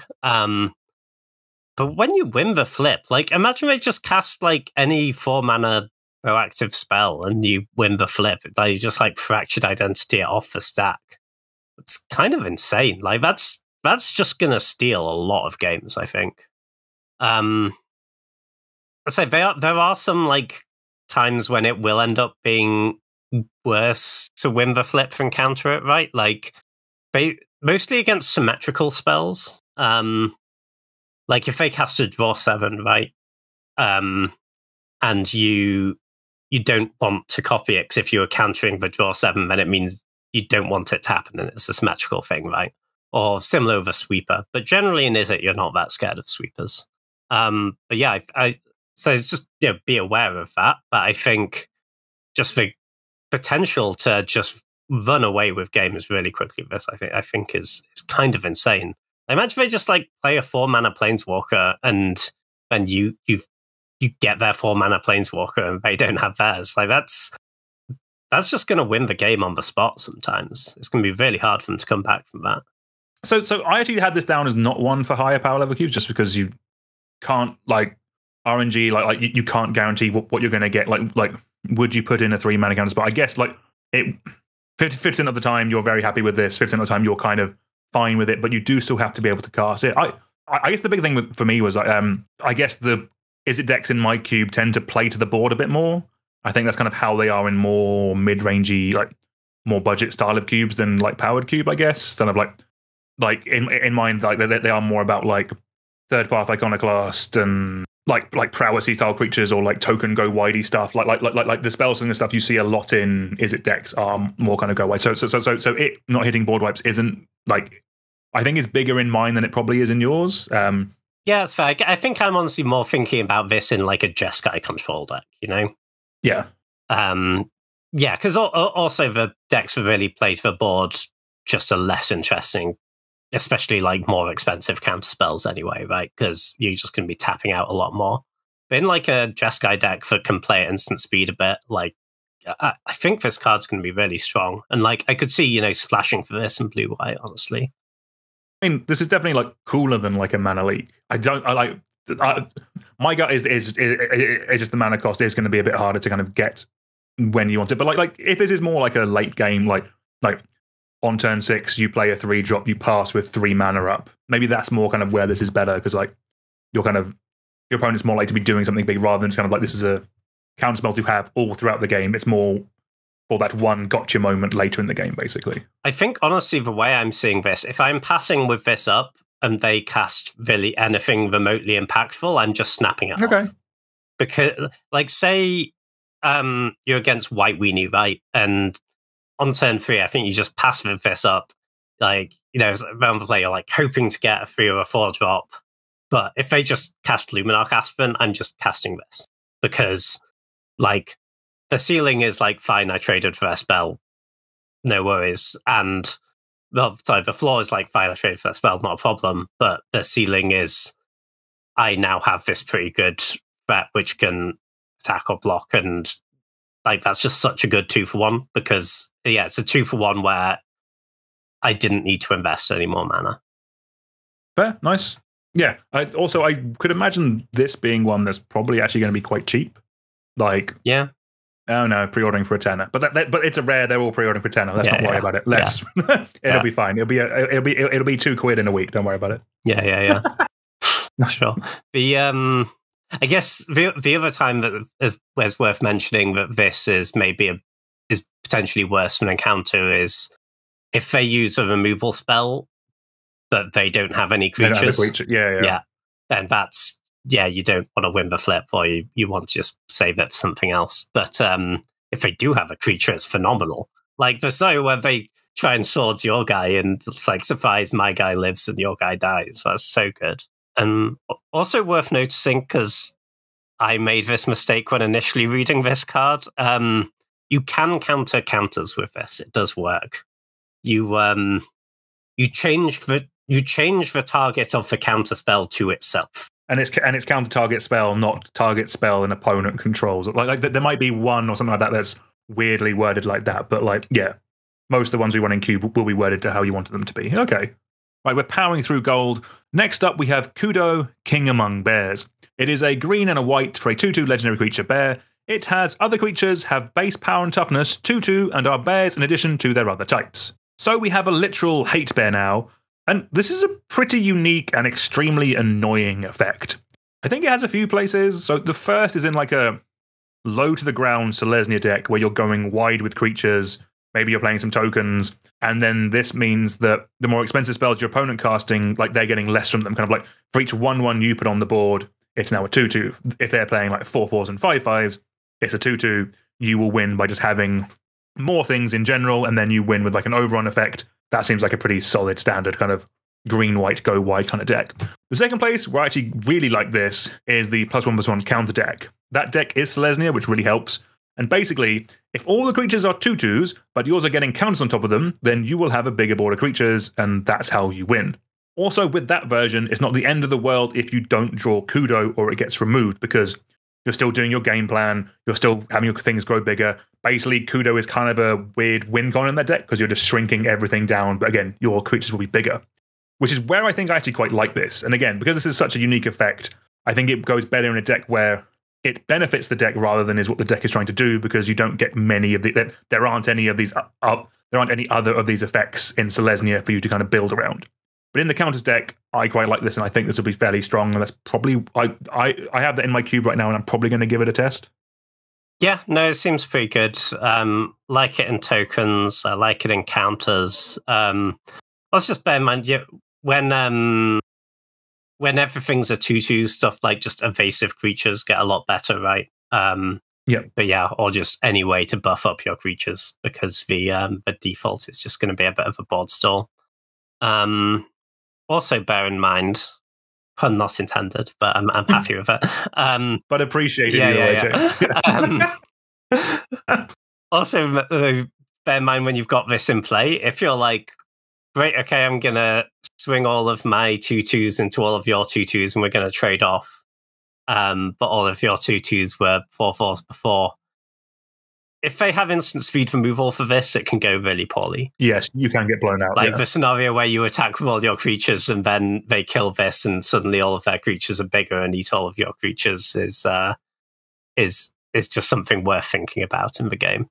No, I'd agree with that. If I'm honest, I'm thinking more like which one of our friends is going to build this in Commander, James? Who's going to be that person? Honestly, fine. I never have any big creatures anyway. I play dragons. Damn it. Yeah. All right. Talking of flyers, do you want to take it away with our next birdie wizard? Next up, we have Nardu Winged Wisdom. It is 1, a green and a blue for a 3/4 legendary creature bird wizard with flying. And it has creatures you control have, whenever this creature becomes the target of a spell or ability, you reveal the top card of your library. If it's a land card, put it onto the battlefield. Otherwise, put it into your hand. This ability triggers only twice each turn. The important thing to note with this is the ability triggers only twice each turn for each creature. But if you have 5 creatures, they each have this ability, and it can trigger twice for each one. Oh, that's way better. Okay. Yeah, that's dumb. Yeah. Okay, that's way better. Okay, nice. I think this card's pretty powerful, actually. So there's some like interesting combo stuff, which I'm sure people will try and do with this in Constructed, where you play stuff that can repeatedly target your own creatures for 0 mana. I think Shuko is kind of the go-to, which is an equipment with a equip cost of 0. So at that point, you could just keep moving this around between all your creatures, and you can basically draw 2 cards for each creature you control, which you would hope would be enough to win you some games. That is cool, but I don't know. I don't think you need to go that deep to make this card good. 3 mana 3/4 flyer is already pretty legit. 3 mana 3/4 flyer, where when they target any of your creatures, you get slightly better than drawing a card, right? You're getting a land into play or a card into your hand.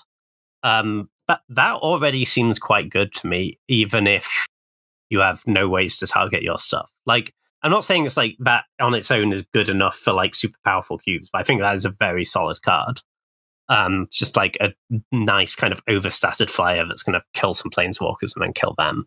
But I think it gets like a decent amount better if you just have even a few ways to repeatedly target your own creature. Like, I would just look for any just decent equipment spells with a cheap equip cost.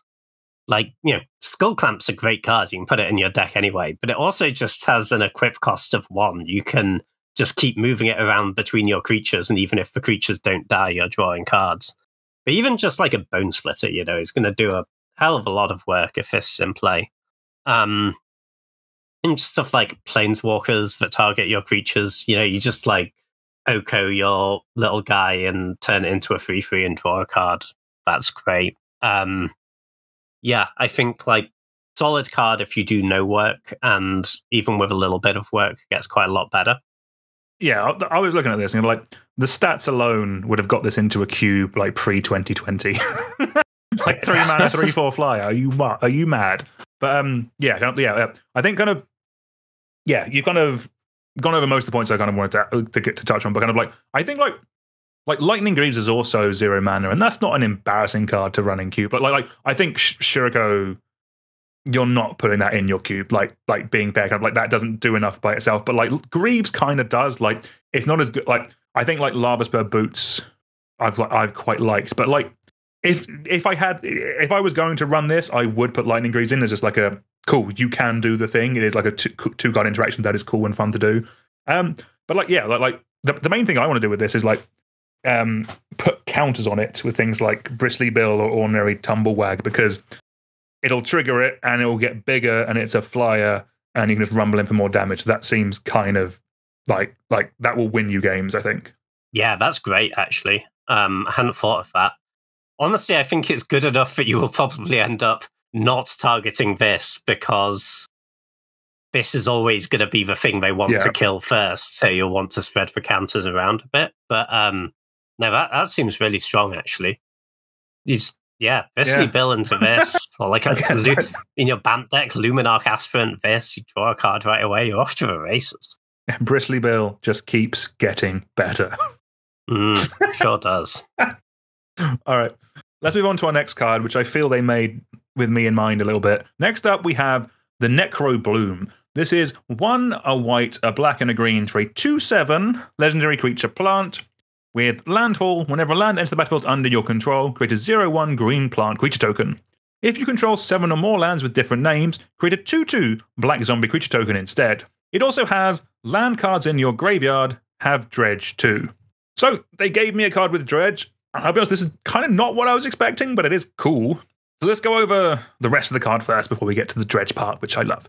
So Firstly, I've always liked the idea of the Field of the Dead deck, the landfall ability that is basically this, but it doesn't give you 0/1s. It just, when you get to 7 different land types, you start making zombies. Field of the Dead has always struggled in my cube, and partially that's because there's only one of them. And this giving you another one of that effect means that you can actually, it can be the thing that your deck is doing. You can be working towards that end goal. That is nice. Then giving all your land cards Dredge 2, for me, is really good and nice. If you've not played with Dredge, it's not really a fair mechanic. You can replace any draw with self-mill. And that's not just your draw step. When you bauble, when you opt, you can replace any draw with a Dredge. The Dredge on lands in your graveyard will let you get lands that you've milled with the Dredge. It's kind of a self-fueling thing. But unless you get back lands that you've used as well. So it's great with fetch lands that can go to the graveyard themselves, as well as obviously strip mine. With this, you can strip mine them every turn, just by replacing your draw step until you dredge your deck away. So this does go in a deck that kind of wants to be moving lands around the battlefield. I'm thinking like the OG Gitrog monster, like Titania, Protector of Argoth, those kind of decks. This could maybe make Worm Harvest cubable, but which is kind of hot. I do like that. But then just also in a Graveyard Matters deck, this could still just get in as just a solid, good Abzan card. A lot of those decks want a large amount of creatures in the graveyard. This bringing back your lands could be pretty solid, actually, as a way of just kind of ramping you to the big creatures. Like there's plenty of cards that care about number of creatures in your graveyard. This will work with that because it will strip out the lands from your graveyard and keep the creatures there to buff up your other stuff. That could work. From a commander point of view, if this card was Sultai, it'd probably be my favorite commander of all time. As it's Abzan, it's only like top 5, maybe. But yeah, I think this card is cool. There are some combos you can do with this. These might be for commander, but they are cool, so I will mention them anyway. So if you have the Necro Bloom, and then either Fluctuator or Bone Miser. Fluctuator is a card that makes all cycling costs 2 generic less. And Bone Miser, when you discard, like, it does a bunch of stuff when you discard spells, but when you discard land, it gives you 2 black mana. The cycling also lets you draw a card. So if you cycle any of the lands that cost 2 generic to cycle, so like Polluted Mire, Slippery Cast, or Drifting Meadow, you effectively can put your whole deck into the graveyard. That's cool. Whether we're doing that in cube or not, I don't know yet. Maybe that is just one for commander, but... So you put your whole deck into your graveyard. Yes. You mill over a Dredge Return and a Fastest Oracle, and then you have some tokens from this to sack to your Dredge Return. You get back for Fastest Oracle. Exactly. Nice. It's perfect. It's flawless, some would say. Yeah. I think this card's really sweet. The one thing I would say, so the lands deck that I've been running up until now isn't specifically black. It's kind of like 4-color Omnath colors, but I don't think it'll have too much issues adding a black mana in there. And also, like, the Gitrog monster is a good reason to be in black. So, and also another card we'll get onto in a little bit. So maybe that deck is just green, black, and then others, basically. Yeah, I mean, lands decks tend to be good at playing a variety of colors, for sure. I think this is a cool card. I think you have to want the Dredge. Like, Field of the Dead is a good card. I think it can have a place in cube, but the reason it's really good is that it's really cheap to put in your deck. It's just a colorless land, and people can't really kill it. Most decks will have no ways to remove a land from play. This costs you 4 mana across 3 colors, and they can kill it. I mean, red will have a hard time removing this. It's got a lot of toughness, but most decks will have a lot more answers to this than your Field of the Dead. Like, if you were just in it for creating some creatures, like, compare this to the 2-mana Nantuko we spoke about earlier. Like, even if you never bestow that card, that's just 2 mana, you always get a 1/1. I think that's better than 4 mana across 3 colors. I get 0/1s until late in the game when I can maybe get some 2/2s. This is so much cooler, though, James. This is cooler. I do agree with that. And yeah, find something cool to do with a Dredge if you want to put it in, I reckon. No, reasonable, that's fair. Yeah, I am aware that 3-color cards are tricky, even in a world where we have we have basically perfect fixing if you try for it. Yeah, there are only so many 3-color cards a cube can generally support, and like yeah, that is reasonable. I'm trying not to get lost in the sauce, but I will be putting this in my cube. Nice. And I think it'll be sick. It'll durdle like you've never durdled before. And 7 toughness. No, it's very big. Yeah. Yeah. All right. Next up, we have Planar Genesis. This is a green and a blue for an instant. You look at the top 4 cards of your library. You may put a land card from among them onto the battlefield tapped. If you don't, put a card from among them into your hand and put the rest on the bottom in a random order. I think this is pretty great, actually. Like, it might be tough to get in just because Simic slots are quite competitive, but it's kind of like it's always an impulse when you want it to be an impulse. And then it's kind of a rampant growth when you want rampant growth. And that's a really strong combination because you really want rampant growth on turn 2 and not after that.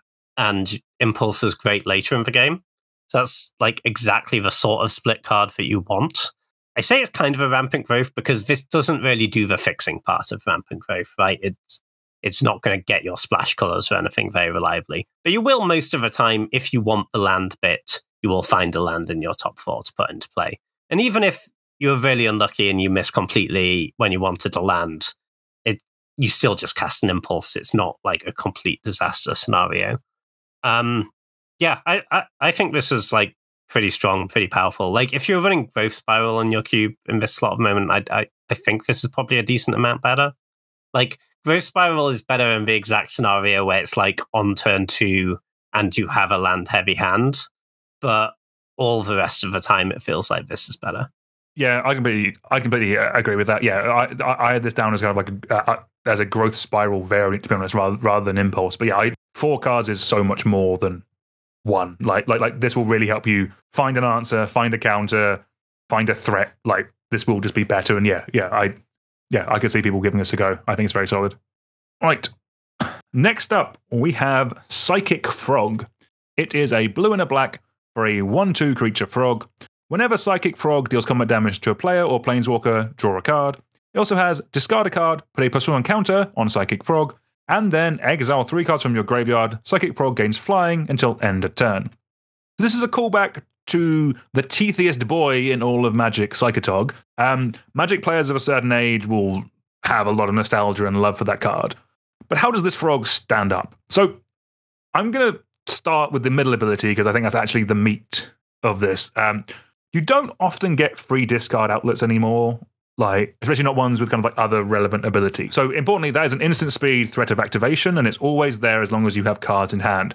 So if you're attacking, if you have cards in hand, your opponent will need to think about blocking because there is a world where you could pitch your hand and make this bigger, and then it makes combat math a bit more miserable for them. But that being said, you don't really want to be pitching like real Magic cards just to put a counter on this. You don't want to be discarding cards that you want to use on cast later. Like, yes, you can pitch lands to this, but you still need to cast your spells, so that isn't always the best idea. Best case, you are discarding cards with Madness. It's enabler for those, and it's very, very good with Madness cards.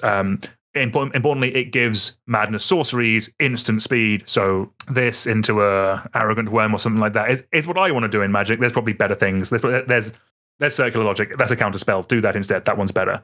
Like, it also works quite well with cards with like Flashback and Unearth and Escape and even Dredge, which have a use in your graveyard. You're not just like discarding a card and getting no use out of it, basically. Like you want to be like this wants to be in a cube where the cards aren't dead once you've discarded them. If you're not in that environment, I probably don't want this. The other abilities, like the card draw is nice. It will give it a bit of fuel.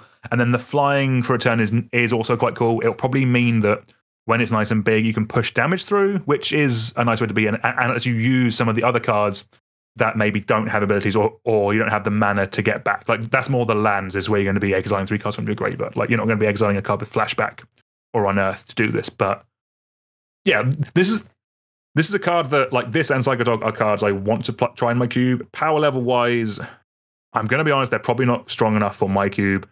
Mine is a fairly good power level. Like I have Ragavan in my cube. Like I want to play this card. I'm just not sure where it is power level wise. Like if this is cheap, then I would run this in every budget or lower power level cube with Psychotalk because those decks are awesome. I love them. But I just worry power level wise, it might struggle a little bit. I think I'm quite a bit higher on this than you. This is going straight in my powered cube. Sick. Love it. Okay. I can't imagine drafting many blue-black decks that don't want this, to be honest. Like, just imagine, like, you're on the play, you play this on turn 2 and pass. Like, what are they doing that's really lining up great against this? Because if they try and bolt it, I'm absolutely just discarding 2 cards. Then I have a 3/4 and I'm getting to hit with it. I'm just going to get the cards back from the trigger. Mm-hmm. If they play like a 2/2 to block, they can't block because if they block, I'm just going to pitch a card and eat their creature, and this is bigger.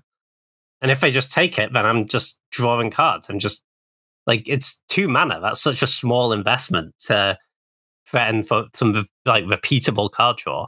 And on top of that, it's a discard outlet for Reanimator and not like one you have to pay a big cost for, you know?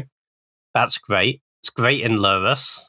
Like late in the game, when you've fueled your graveyard, you're just going to be able to exile 3 cards and get this through, which is otherwise where it would suffer, right? Because it would be, I don't have a ton of cards in hand. I can't really pitch to put counters on it, but I don't need to. I can just get it through by giving it flying.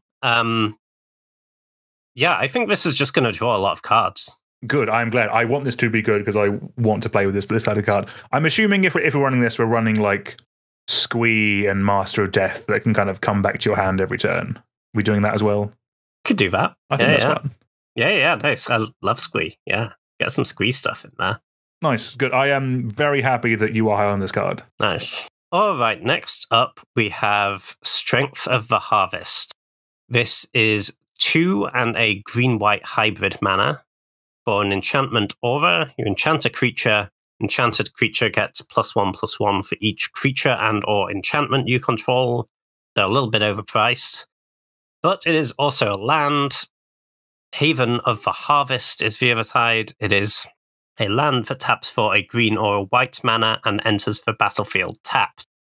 So there's a whole cycle of these MDFC dual lands. They're kind of all pretty good. They're all like you pay 1 to 2 mana more than you would like to for the spell. But you get a dual land. Putting a tapped dual in your deck is not a huge cost, but it is a very real cost.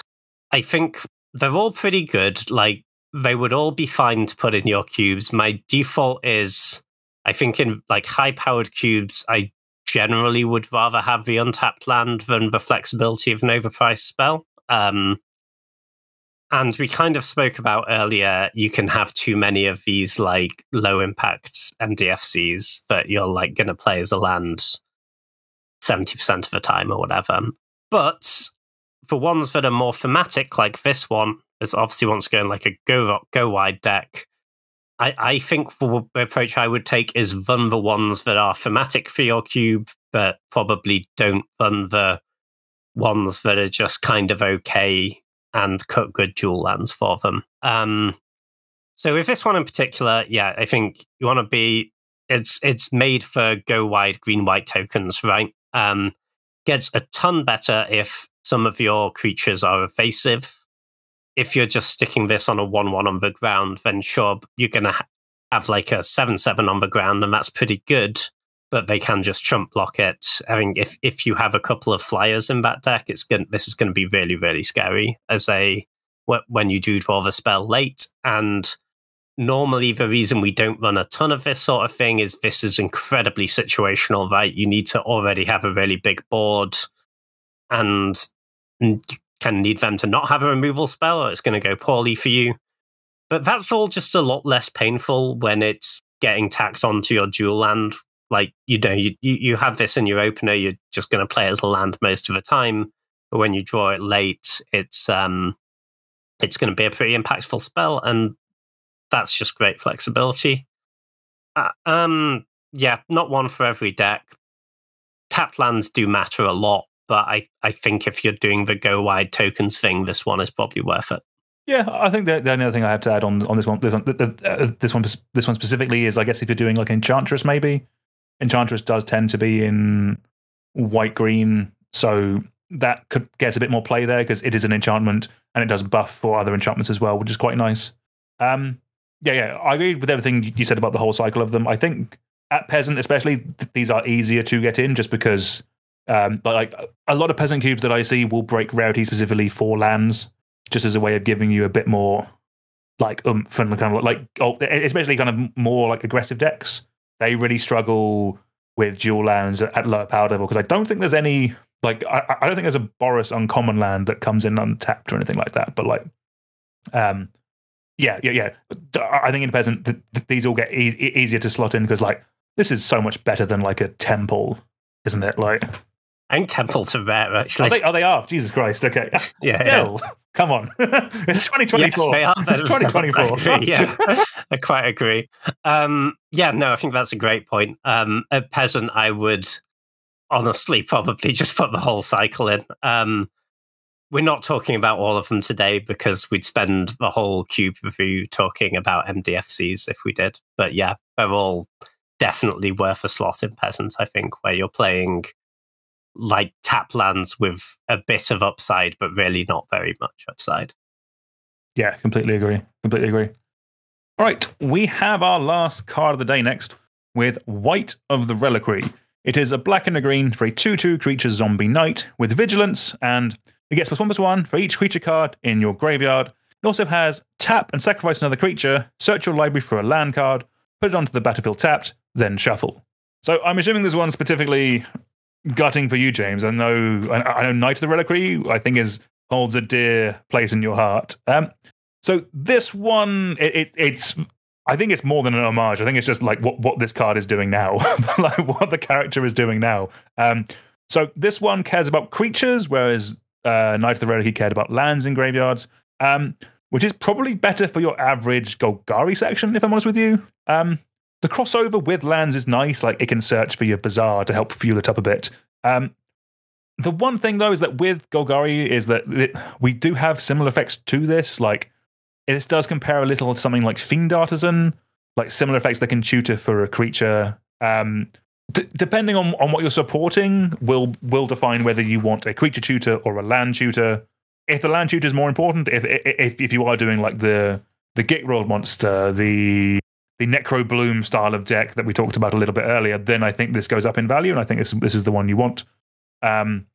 If you do want a tutor in your Golgari section, but I am looking at adding like the number of creatures, like the number of stuff in your graveyard matters, and like this is just 2 mana and it will kill people and it has some cool utility. Like this is probably just a very solid card in that deck. So yeah, I'm kind of high on it. Like, how do you feel, James, about this card?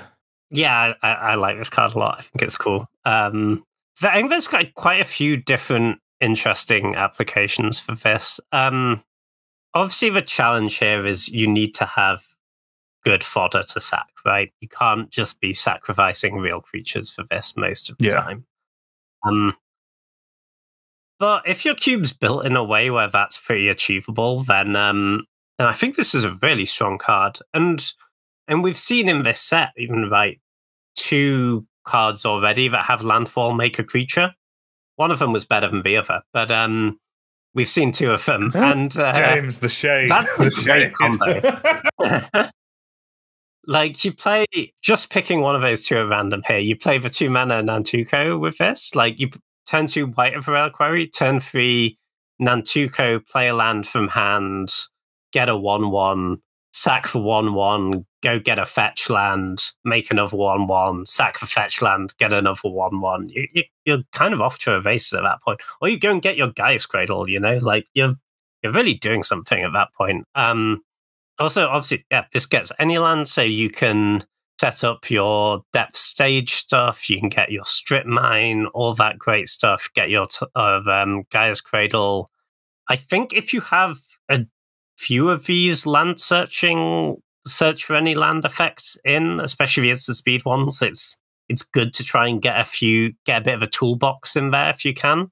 Like maybe one of your graveyard hate cards becomes a Bajuka Bog, and you can get Bog off of this, can be really strong. Or you get a Glacial Chasm in there to save you from a big attack.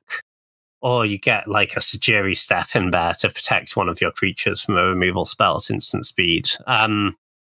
Yeah, I think this card can do quite a lot, and it is just going to get big later in the game, right? And the Vigilance is quite nice because you get to attack with this when it is a bit big, and then you still have the ability up to go and fetch one of those utility lands or just grow this even more at instant speed. It's a bit of a threat of activation thing going on there. Yeah, I think this card's pretty strong.